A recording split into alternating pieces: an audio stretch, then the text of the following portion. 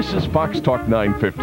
Our call letters are KJTV, Lubbock. Our frequency is 950. And our name, Fox Talk 950. Remember, today you listen to Fox Talk in the Morning on Fox Talk 950. And welcome back. It is 7:06 on this Wednesday morning, the 26th day of December, 2007. Jim Douglas, along with Dave King, who's sitting in for vacationing Randy Sanders. And we're so glad you're with us this morning. And what do you think Randy's doing this morning? Is he kicked back well, somewhere? Well, considering it's, 5 o'clock in the morning there, I know what I would be doing. Unless put in Vegas, though. Vegas is a little bit different. Because Vegas, you could be justifiably up at this time. Yeah, there's no clock. There's no clocks in Las Vegas. Time doesn't exist there. Still up. Yeah, it depends on how well he's doing at the tables, I guess. We could probably, as to whether he's still there. We could probably guess about that. Yeah. So he's probably in bed, sound asleep. Yeah, he has a son out there. He does. His son is Ben is out there. Been out there for I think a couple of years, and he works the tables. He is a dealer at one of the casinos out there, and evidently really seems to love it. And I think Randy and Kara really enjoy going out there any chance they get to visit with Ben and spend some time in Vegas. I think they really like that whole climate, everything about it. I'm not sure he's big on the gambling part of it, but we talked about that one time. Yeah. We both said you really need to be a math guy to even have a chance to stay even with him in Vegas. And Randy and I both agreed that playing neither the cards, of us, you mean, or what? Well, almost any of it, yeah. Any game where your skills are involved. Uh-huh. And we both agreed that wasn't something we do. I don't gamble out there. Yeah, I'm a babe. I don't either, because gambling implies you have a chance to win. And That's the way right. I do it, it's not gambling. Absolutely. And I'm a very lazy gambler. I just go in there and throw money in a slot machine until my arm gets tired. There you and go. Go to the buffet. And that's my idea of a successful trip to Vegas. You and I would be good together out in Vegas. That's right. So, and it wouldn't take long for us to have all the fun we need to have there. That's true. That's just not my. That's not the way I roll, as they say. 32 degrees outside today. It's 45 is going to be our high, so it should be a little bit cool today, but it'll be a nice day anyway. It's always a great day in the neighborhood. And we have with us, as advertised in the studio, Scott Lewis. Good morning, Scott. Good morning. Thank you for having me. You bet. Good to have you here, for sure. And you are a Lubbock native. Yes. And tell us in just 25 words or more about your background. You grew up here in Lubbock and went to school. Grew up in Lubbock, went to Coronado High School, class 98. Moved to Austin in 2000, worked in the film industry for a few years, worked as a skydiving instructor. I'm now a commercial real estate agent. Skydiving instructor. There you go. Yeah, well, that's something I've always wanted to do. Somehow I missed it. Yeah, that's something I've always not wanted to do. So, skydiving instructor. Yes. So we know Scott lives on the edge. That's right. Did all your students graduate? Most of them, yeah. Those that don't the ones that did not graduate chose not to graduate. That's right. The ones who didn't graduate have not complained. That's right. So, okay, before we get into the topic du jour here, how did you get into skydiving instruction? That's got to be... Oh, wow. Well, I started skydiving right out of high school. It was something I always wanted to do. Eventually got into... You go down to Muleshoe? Isn't there a bunch of... Down by Midland. There was one down by Midland. Okay. Started jumping down there. Kept jumping when I moved to Austin. Eventually got into competitive sky surfing. Competed at the national championships a couple of years, won the bronze medal once, and got into instructing basically just a subset. Now, how do they judge? I mean, what do they judge you on? You jump with a cameraman, and they judge the video. It's an artistic event, just like figure skating or something like that. And when you're dropping, what can you do? I mean, what? Oh, sky surfing. It's just you flips, helicopter spins. Our website, lastskysurfingteam.com, a lot of great video of us competing there. But so I spent a few years doing that. Eventually got into commercial real estate with my dad, and that's how I earn a living now. All right, so you're down in Austin. Okay, before we get off the topic, your first time to step out of a perfectly good plane. It's pretty terrifying. Yeah, it's what were you thinking at that very first time? I mean, what possessed you to? Well, there was definitely started? I'd been waiting, 15 years to do it. I'd been wanting to skydive since I was 3, so there was definitely no turning back. I was just willing myself out the door, basically. And once you do the first time, the second time's easy, right? No, the second time's actually harder. Is it? But eventually it does get a lot easier. Wow, so how many jumps have you had in your life, would you guess? 969. And counting? Yeah. Wow, so do you get some kind of a plaque when you get to 1,000? Actually, yeah, they give you a pin. It's some sort of Gold Wings Award or something like that. Well, neat. Are you still doing that? You still teaching? No, I'm not instructing or any of that anymore. I still jump periodically just for fun, but I got out of competing, out of instructing. Got time to focus on earning a living and career and being a grown-up and all that good stuff. Now, now, I assume your dad is here listening to this. So yes. And so I'll ask you, you don't have to answer it, any scary moments that... I've had to use my reserve parachute twice, and I did have one instance where we were training for the National Sky Surfing Championships, and one of my bindings, I collided with my cameraman, and one of my bindings came loose and put me into a blackout speed spin at about 120 miles an hour, and I just managed to get the board released and deploy my parachute before I blacked out. And I maintained consciousness, but barely. I was very disoriented. Well, there you go. That's why Jim, this is something we might want to look into. Yeah, this you go right ahead. This sounds like something that would be fun. I'll provide ground support while you pick up this new hobby. Yeah. Well, the reason we invited you here to be with us this morning, Scott, is that you have been involved with an organization. Is it a statewide, nationwide? Nationwide. Nationwide organization that advocates allowing students to carry concealed weapons on campuses. And there are many people who say this is the dumbest idea I've ever heard in my life. College campus. Right? Yes. All right, tell us your involvement in that and how this all kind of developed. Sure. Well, I've been a Texas concealed handgun license holder for 4 years now. And it's a cause that I believe in. It's something I support. I think that concealed handgun licenses are the perfect compromise between reasonable firearms restrictions and the realization that police cannot be everywhere at once. And so basically you take people, you give them additional training, expanded background checks, you make them go through, do a written test, a practical test, you do a very extensive background check, and in return they're allowed to carry concealed handguns in public. And I'm a very strong supporter of that, and after Virginia Tech I became very vocal about the fact that I thought that there is no legitimate reason to call college campuses a gun-free zone. You're not really accomplishing anything positive from that. And I started writing some blog posts and some op-ed pieces on that, and eventually got the attention of this group. It was a very young group at the time. They'd only been around a few months. They were formed. Its original tool discounter gives you experience, selection, and the best pricing.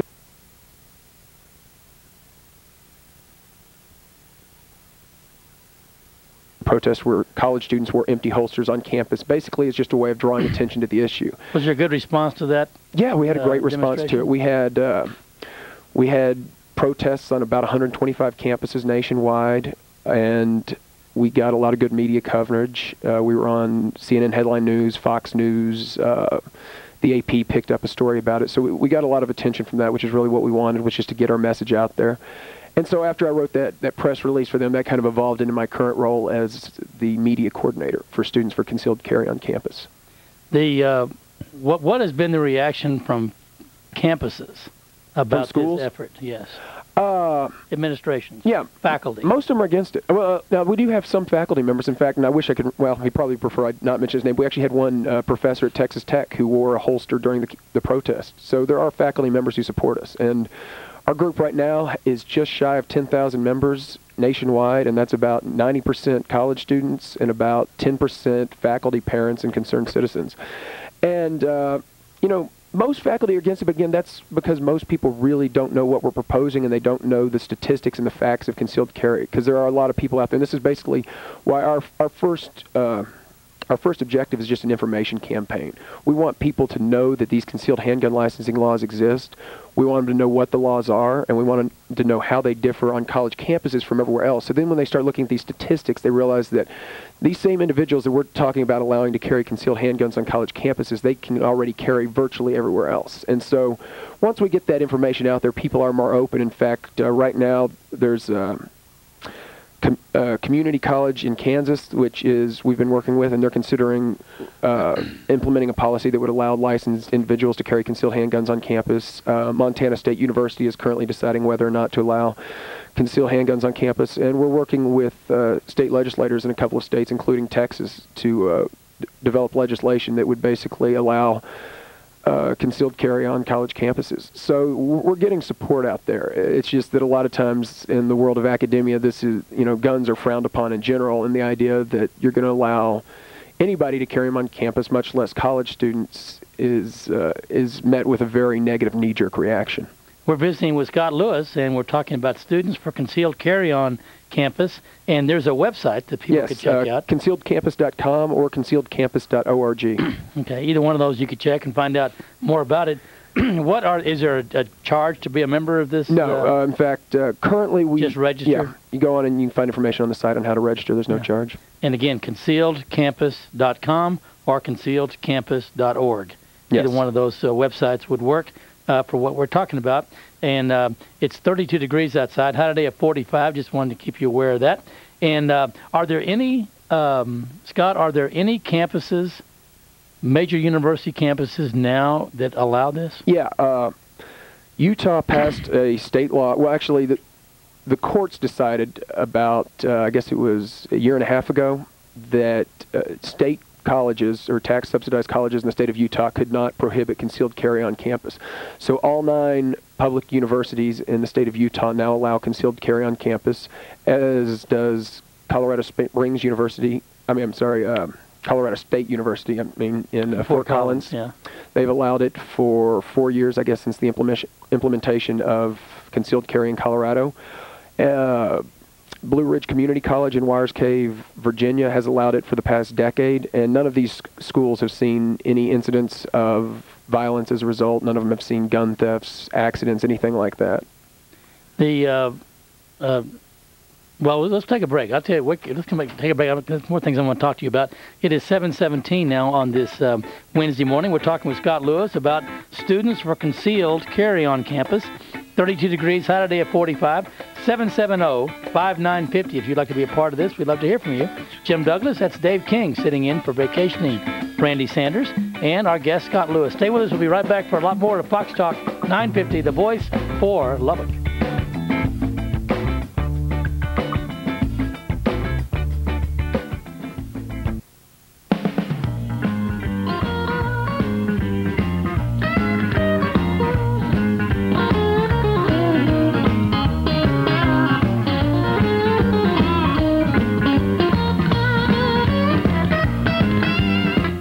Welcome back at 7:21 on this Wednesday morning. So glad you're with us. 26th day of December. 32 degrees outside. High today is going to be 45, so it should be a pretty nice day, even though a little chilly. So grab your jacket and hang on to it for most of the day. I think you're going to need it. Before we get back to our conversation with Scott Lewis, I want to remind you that one phone number that is so easy to remember, 793-2222. Can't beat it. 793-2222. And, of course, that's the number to Suddenlink, which is, and this is a great time to get hooked up with Suddenlink because you can get your phone, you can get your internet, and you can get your cable all in one nice package, very affordable. Just pay one check a month, and you got them all taken care of. And especially this time of year when a lot of holiday time, a lot of people downtime, and get to watch great sports. There's so much sports going on right now, so many great movies available on all the Suddenlink channels. That I guarantee you're going to find something that you really, really like. I've been hooked lately watching some of these late-night movies, and for somebody who has to get up early in the morning, that is not a good thing for me to be hooked on, but there's just so many great options. Last night, I watched not only Godfather 1, but then that followed up with Godfather Part 2, and I did not have the heart to stay up for Godfather Part 3, otherwise I would have been in absentia this morning. But at any rate, great opportunities. Suddenlink, give them a call, 793-2222. They can get you fixed up with whatever you need. It's on there. And we kind of fell in love also with the Discovery Channel and the History Channel, which are also great programs for you to take advantage of with your Suddenlink hookup. Give them a call, 793-2222. You will be very, very glad you did. Continue our conversation with Scott Lewis, and we're talking about students for concealed carry on campus. And Scott, we talked about, for the most part, administrations and faculty are a little uneasy about knowing that students are walking around campus, I guess, with a concealed handgun. What has been the reaction from the students? Has there been much resistance from the students? Well, a lot of times when you just ask, we've seen a lot of media outlets have gone out to campuses when they're covering our group, and they'll just do kind of a man on the street question, ask whoever's walking by, what do you think? And you get a lot of people who say things like, well, I just wouldn't feel safe knowing that somebody might be carrying a gun in class or carrying a gun on campus. And we hear a lot of that. But we do have a lot of people who support us. And one thing we try to remind people is that feeling safe is not the same as being safe. The students at Virginia Tech probably felt very safe up until April 16th.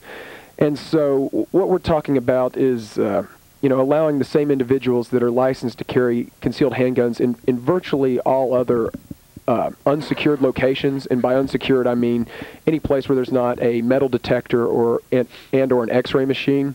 These people are in the state of Texas. They're carrying at office buildings, shopping malls, churches, hospitals, banks, grocery stores, et cetera, and you're not seeing problems in any of these locations. And we're saying that there's really no pragmatic reason not to allow these people to carry on campus.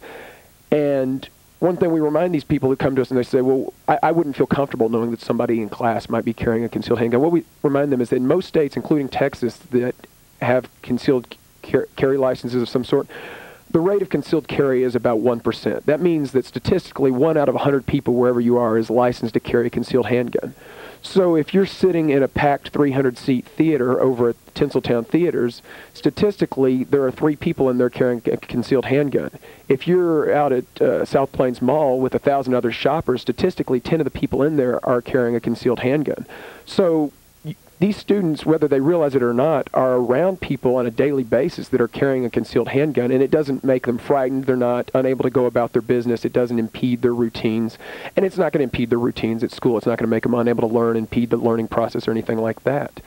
And it's kind of an eye-opener to a lot of people when we explain to them that they are around these concealed handguns on a daily basis. And, of course, that's why the word concealed is on the license. It is a concealed handgun license, and I challenge anybody in the state of Texas to tell me when was the last time you noticed somebody carrying a concealed handgun.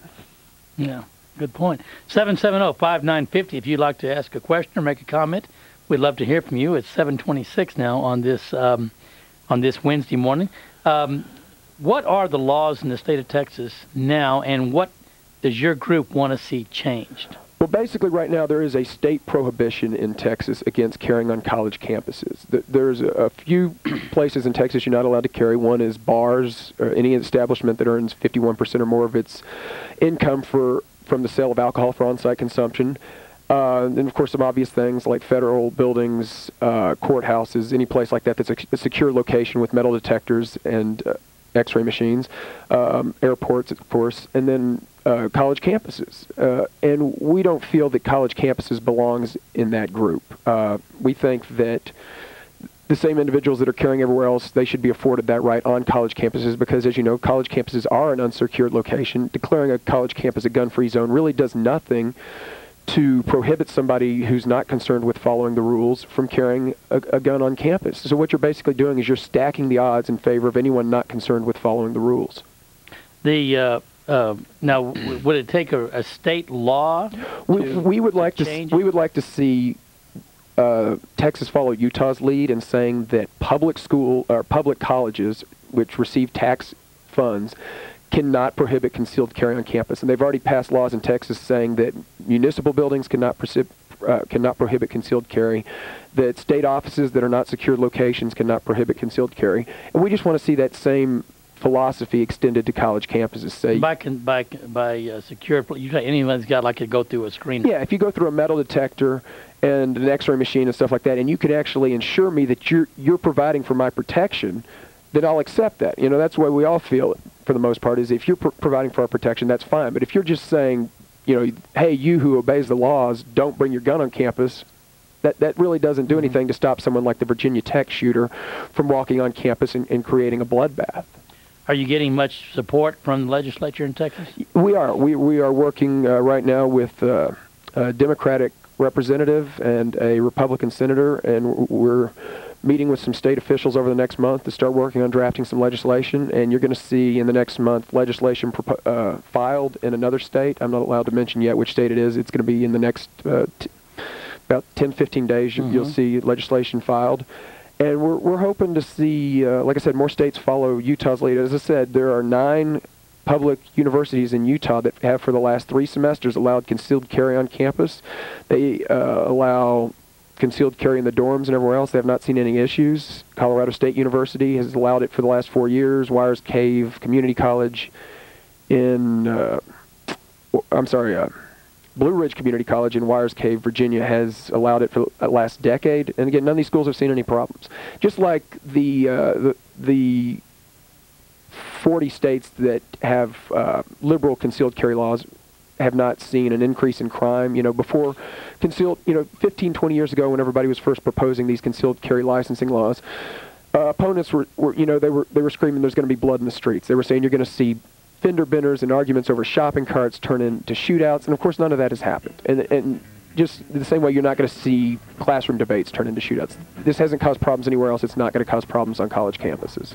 All right, we're talking with Scott Lewis, and we're talking about students for concealed carry on campus. We'll continue that conversation after this break. It is 7:29 on this Wednesday morning. High today at 45. 770-5950. If you want to be a part of this, let us hear from you. Jim Douglas, along with Dave King, sitting in for vacationing Randy Sanders. We'll be right back after this. Glad to be here. And glad to be here. We'll be right back. Stay with us.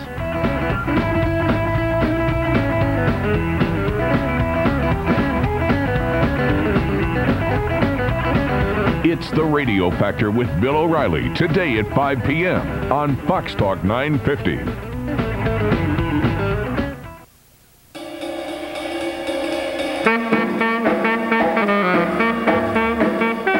We're back to Fox Talk in the Morning on Fox Talk 950, the voice for Lubbock.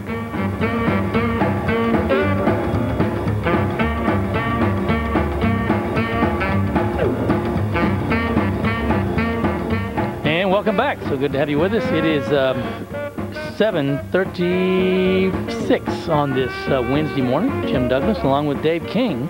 And Dave is sitting in for vacationing Randy Sanders, who is breaking the bank, I'm sure, in Vegas right now. He and Kara out there having a great time visiting with their son, Ben, and enjoying, I'm sure, what's good weather out there. High today at 45 here in the Hub City, so it should be a pretty nice day today. It'll be a little chilly, so you want to grab you at least a jacket or a sweater on the way out the door. And also be on the lookout as you're driving around for a lot of kiddos who will be out playing with their brand new Christmas toys. If the batteries have not worn out, or if the toy's not already broken from just playing around. So be careful as they're out and about. There's no school, obviously, all of this week. And why are toys so much neater now than they were when we were kids, Jim? Computer chips. I think every toy my granddaughter's got has a computer chip. But they do some of the most amazing things. Oh. Yeah. Unbelievable. I mean, it's a hula hoop would not cut the mustard anymore.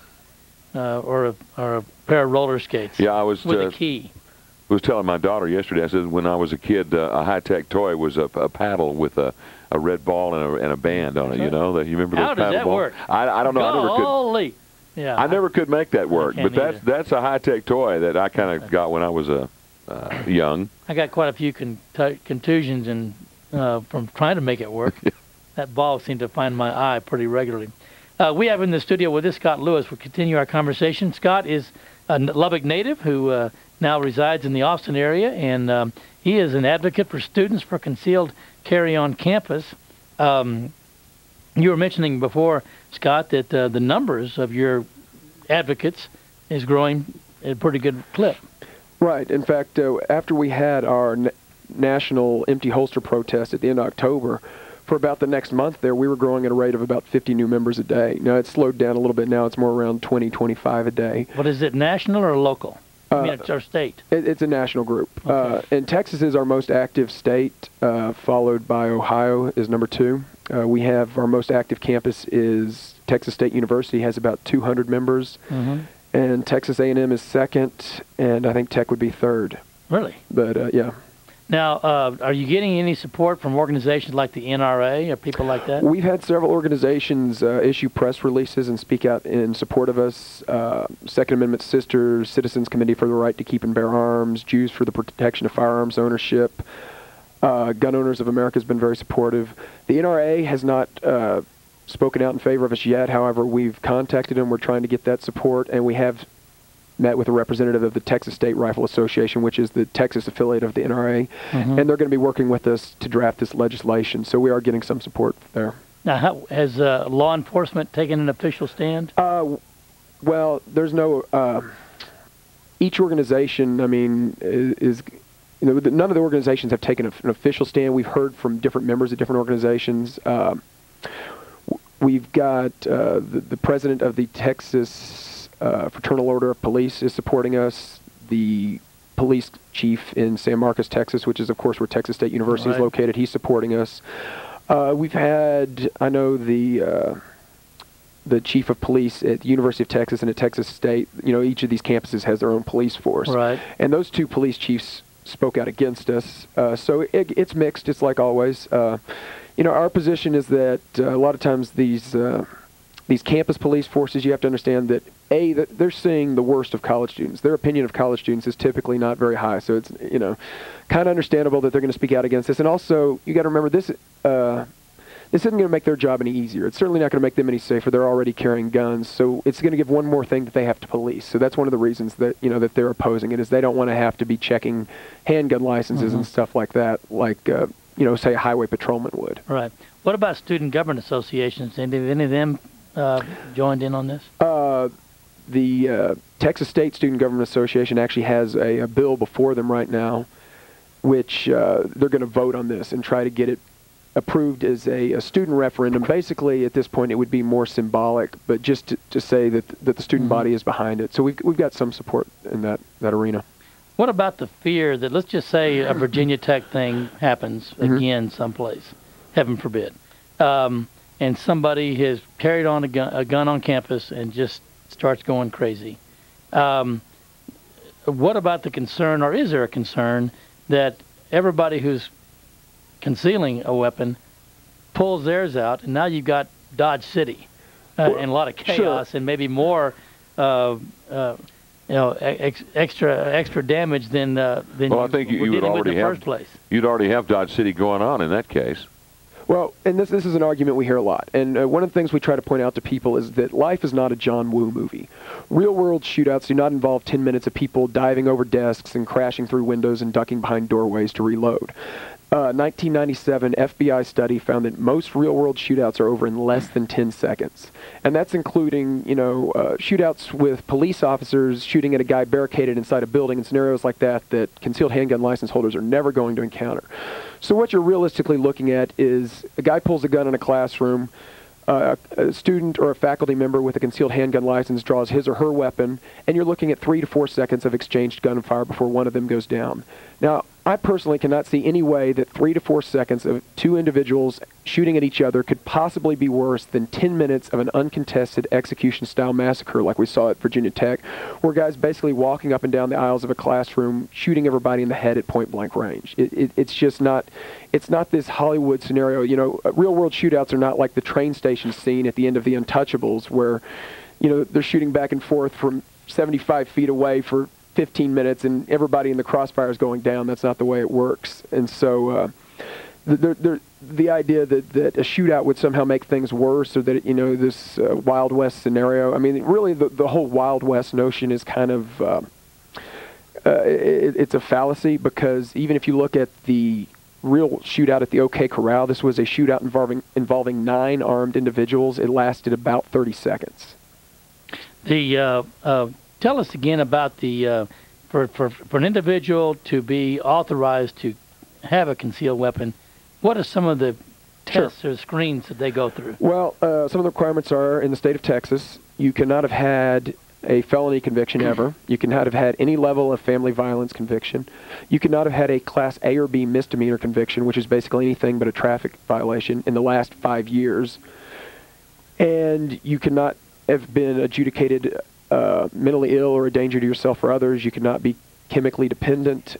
You must take a 10-hour training course, which involves in-depth study of the applicable laws of using or threatening to use deadly force. You cover the ramifications of using or threatening to use deadly force. You go through some potential scenarios, some basically shoot, don't shoot scenarios.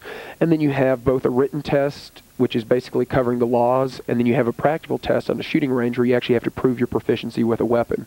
And then they also do state and federal fingerprint and background checks, and these are very extensive background checks. These are not the instant background checks that you do when you buy a gun. These background checks often take upwards of 100 days or more, and they involve investigations into Court rulings on mental health. If you've ever been adjudicated mentally ill, it's going to show up in this. They do investigations into sealed or expunged criminal records. So if you've had a criminal record sealed or expunged, that can still disqualify you.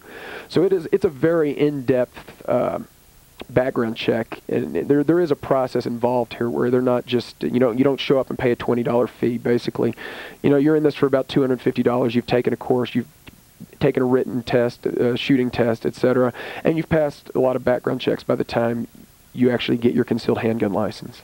What about the and of course I know this is easier said than done, but is there any way to check for emotional stability? That's obviously one of the wild card concerns that people have of anybody having a gun. Can they go through all those screens, but there's nothing involving emotional clearance? Well, no, there's not. And again, this is the same argument you hear from people that don't want, they don't want gun ownership at all. They say, well, how somebody can still be mentally unstable and go out and buy a gun and because they don't have a criminal background. And there is an inherent risk, but if you look at the statistics, there have been numerous studies by state agencies as well as independent researchers that have found that concealed handgun license holders and concealed carry weapons permit holders are 5 times less likely than non-license holders to commit violent crimes. I mean, basically, you're saying you're looking at 1% of the population committing about 0.2% of the violent crime. So it just has not been an issue in the states that allow it, in the places that allow it. You don't see, as I said before, you don't see fender benders and arguments over shopping carts turning into shootings.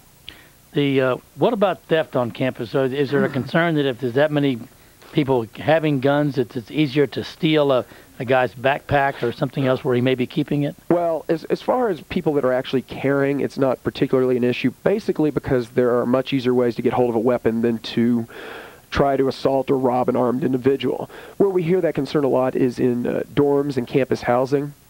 And one thing we like to point out is that the vulnerability of dorms to theft does not necessitate a campus-wide ban on concealed carry. There are other options. In Utah, one of the things they do is they have community gun lockups where basically you can lock up your gun at the campus police precinct and have access to it 24 hours a day.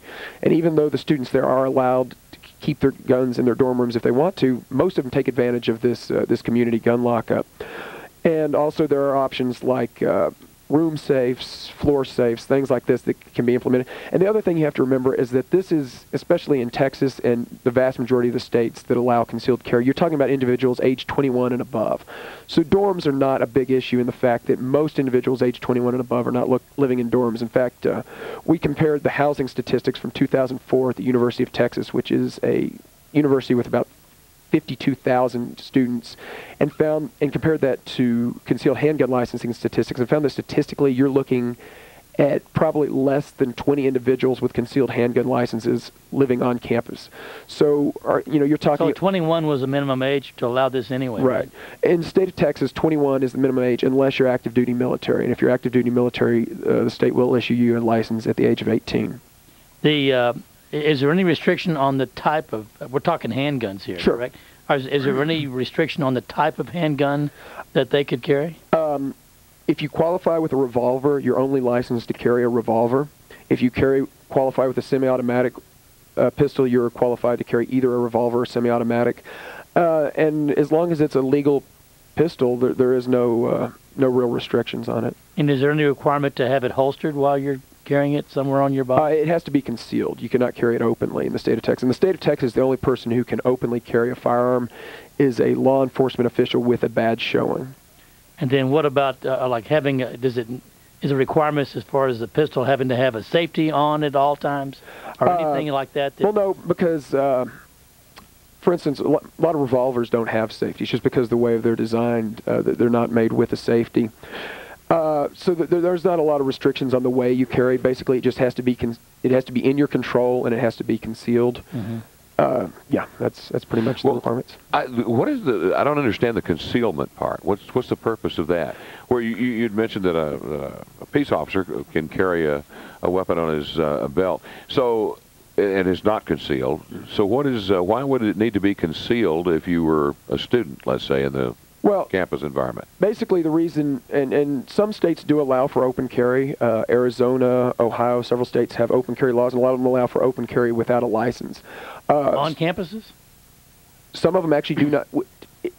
It's the type of technicality that I would not be the one to want to test it, but technically, yes, the way the laws are written, some of these states would allow concealed carry on campus. Now, a lot of the states that do not specifically prohibit concealed carry on campus have campus prohibitions against it. So if you're a student or faculty member, you could be expelled or fired for carrying on campus. But so concealed means the state of does it Texas, mean like carrying it in your backpack or carrying it under your shirt or your coat? A lot of women carry in a purse. You see people occasionally will carry in a fanny pack. You can carry, for instance, I'm wearing a suit jacket now. A lot of guys will carry under a suit jacket or inside the waistband with an untucked shirt, things like that. And basically the reason the law is written that way in Texas is just it's basically a courtesy. It doesn't incite panic. It doesn't disturb people that are not comfortable with that. And students for concealed carry on campus, we do not take an official position on open carry or unlicensed carry, anything like that in the states that allow it. What we're pushing for is concealed carry by licensed individuals who've gone through the background checks, who've gone through the training. We want them to be able to carry in a concealed fashion so that they're not disruptive to the classroom environment, they're not upsetting anybody, but at the same time they are prepared to defend themselves. You know, if you look at the Virginia Tech massacre, there was one student named Emily Haas who reported to CNN. She recounted hiding under her desk, waiting and hoping the gunman wouldn't come into their classroom. And that was basically all the recourse she had, was waiting and hoping. And unfortunately, the gunman did come into her classroom, and even though she survived with only 2 superficial gunshot wounds, 10 of her classmates and her professor all lost their lives. And perhaps had some student in that classroom had a concealed handgun license or a concealed carry weapons permit, had they been carrying a legally concealed firearm, they might have had some recourse other than hiding under their desks, waiting and hoping they would survive. Is there an argument that by having this passed, that it would make a potential terrorist think twice before? Sure. A lot of people look to the deterrent effects. There have been studies on both sides of this as to whether the deterrent effect has that much of an impact. Professor John Lott has written, and I wish University of Maryland. I believe he's from Maryland, Professor John Lott. I can't remember exactly which university, but he's written several books on the deterrent effect on states that have passed concealed carry laws, and the crime rates have declined. And that is typically most of the states that have passed concealed carry laws, the crime rates have either remained constant or declined. You haven't seen anywhere the crime rates have gone up. And there's a lot of controversy about that, about whether or not it really is a deterrent effect, about whether or not these declines in crime rate are part of just the overall national decline in crime, or whether there is actually a cause and effect relationship between concealed carry and crime. Are you finding women more involved in this? We actually have a lot of women involved, and part of the reason is because guns are the great equalizer. I mean, a 90-pound woman with a handgun can stand her ground against a 200-pound would-be rapist. Yeah, and so that's exactly right. Yeah. All right, it's 7:51. We'll take a quick break and come back and wrap up our conversation with Scott Lewis about students for concealed carry on campus. Jim Douglas, Dave King sitting in for Randy. Stay with us, more to come on The Voice for Lubbock.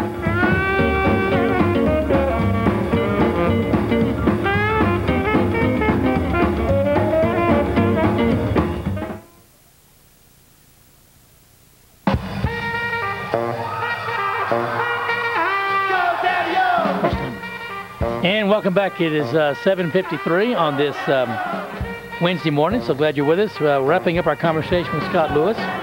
Students for concealed carry on campus. And Scott, good to have you with us this morning. Let's remind everybody once again the 2 websites that they can find out more about this. They can go to concealedcampus.com or concealedcampus.org. And we've got a great frequently asked questions page. We've got a great page that lists all the most common arguments against concealed carry on college campuses, along with answers to those arguments. And also, college students and faculty members can find their campus leader on there if they want to get involved. Oh, very good. Well, again, we appreciate you being with us and sharing this information. It's certainly thank you for having me. A hot topic, that's for sure. And have a great New Year's for you. You too. And travel safe back to your home in Austin. Thank you. All right, it is 7:54, 32 degrees outside. High today of a fairly nice 45 degrees, so it should be pretty nice. I mean, heck, it is winter. Jim Douglas, along with Dave King, sitting in for Randy. And we're going to take a break and come back for another full hour of Fox Talk 950. Jim Douglas, Dave King, Fox Talk 950, The Voice for Lubbock.